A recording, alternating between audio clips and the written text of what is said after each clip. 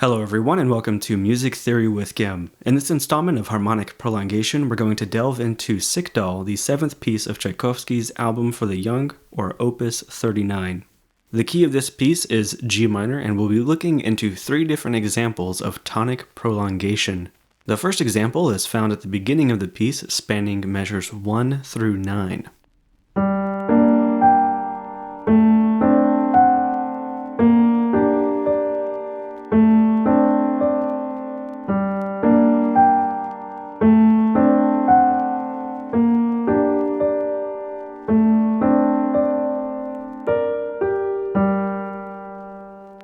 In this excerpt, we are hearing the progression of G minor, the 1, D7 over A, the 5-4-3, G minor over B flat, the 1-6, and again D7 over A, the 5-4-3. This progression is then repeated verbatim, and in measure 9 we hear another use of G minor, which is then followed by a shift into another tonal area. Looking at this excerpt, how do we know that the tonic area is being prolonged? We hear the dominant chord, D7, every other measure, meaning it sounds just as often as the tonic does during this progression. So why is the presence of the dominant less prominent than the tonic? The first reason why is that D7 sounds during metrically weaker measures relative to G minor. This puts the chord at a disadvantage, especially since we are at the beginning of the piece, meaning we have no preceding information available to elevate the dominant chord's prominence. The second reason is that the dominant chord is voiced in second inversion. With its fifth in the bass, the chord is most likely going to be heard as unstable unless followed by movement to other chord tones such as the root or third. And the third reason, which is potentially the most important one, is that the surrounding G minor chords inform our ears that D7's bass note, A, is used to connect the bass tones G and B flat. As a result, D7 is heard as having a passing function, making it subordinate to the surrounding tonic harmonies. So D7 is not heard as a structural harmony at this point, but as an embellishing chord expanding the tonic area and providing its presence additional intrigue and coloration. Now that we have a better understanding of this excerpt's design, let's listen to it again and then proceed to the next segment.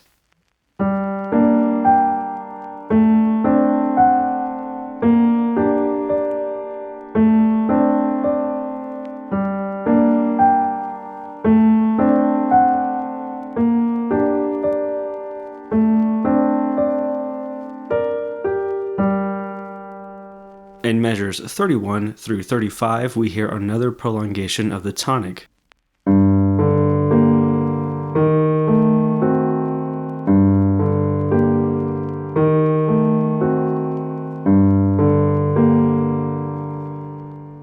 In this excerpt, we are hearing the chord progression of G minor, the 1, to F sharp diminished 7 over E flat, the 7 diminished 4-2. Each chord receives a full measure's duration and is then repeated verbatim, followed by a third appearance of G minor, which is, again, the 1. Unlike the previous example, which is found at the beginning of the piece, we are dealing with measures found within the composition. As a result, this excerpt appears as a consequence of preceding content, so we need to understand the context in order to better evaluate the structural value of the given chords. So in the preceding measures, we hear a strong development of the subdominant area, preparing the arrival of the dominant in the measure preceding the current excerpt. This means that the excerpt is a consequence of a cadential progression.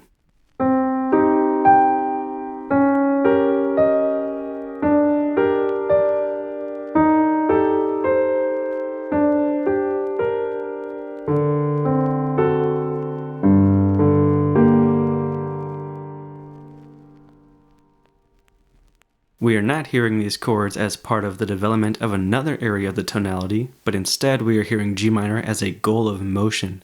This elevates G minor's stature and makes F sharp diminished 7 a subordinate embellishing chord. Unlike D7, F sharp diminished 7 is not being used to connect different inversions of G minor. Instead, it is simply being used to expand the tonic area for the sake of additional intrigue. It does so by leaving and returning to G minor in the same manner it was found. Knowing this, we can confidently label every instance of F sharp diminished 7 as a neighbor chord of G minor.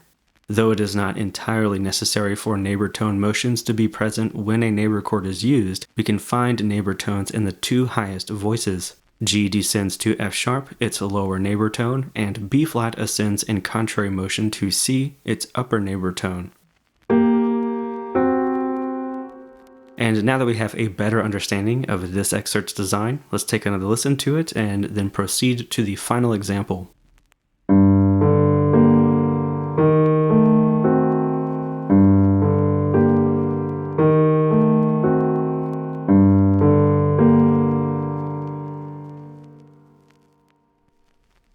In this excerpt, we are beginning from the final measure of the previous excerpt, measure 35, and continuing until the final measure of the piece, measure 42.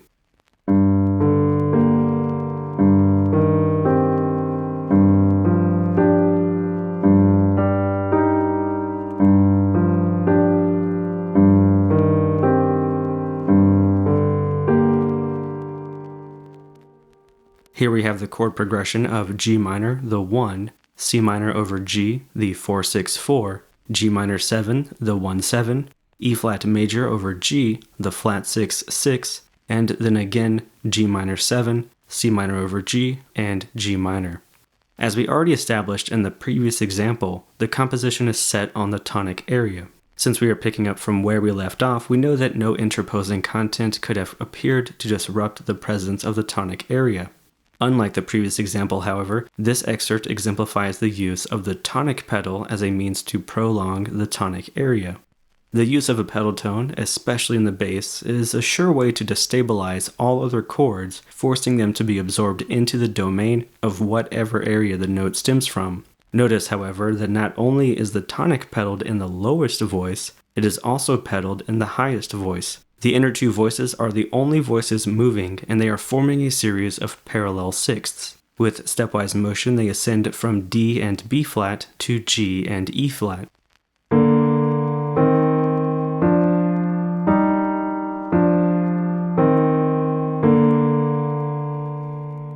As a result, the chords C minor and E flat major appear incidentally. This further lessens their capacity to be structural harmonies, making them, with certainty, chords of prolongation.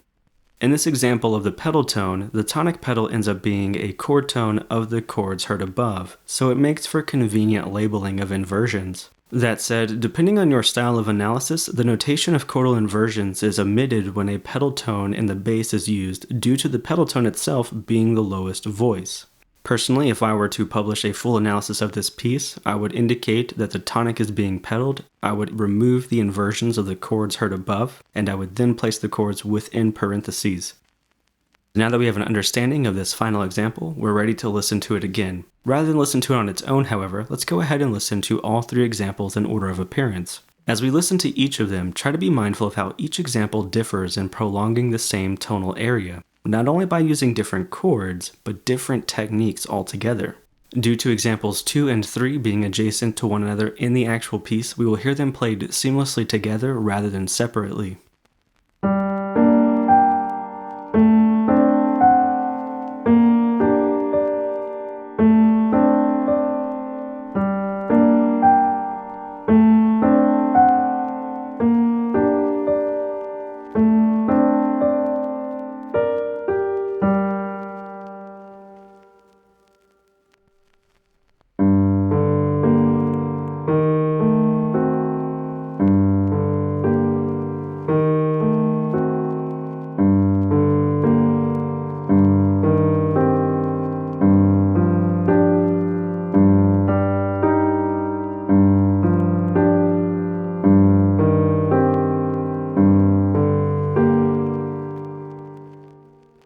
So here are 3 solid examples of harmonic prolongation. In this case, we're hearing prolongation used to embellish a structural harmony. And though these examples were used to prolong the tonic area, these can easily be adapted for any area with any tonality.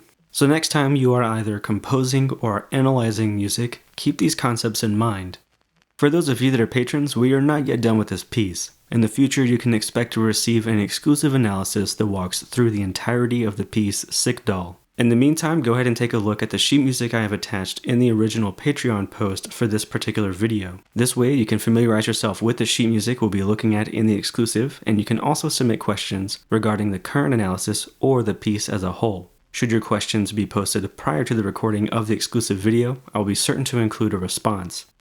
For those of you that are not patrons but would like to support my endeavors, be certain to click on both the subscribe and like buttons and share this video as often as you can. Should you find yourself wanting to take your support to the next level, hop on over to patreon.com and consider pledging some coin. These videos take a lot of time and effort, so any support on your end will be greatly appreciated. Either way, until next time, thank you for watching this episode of Music Theory with GUIM.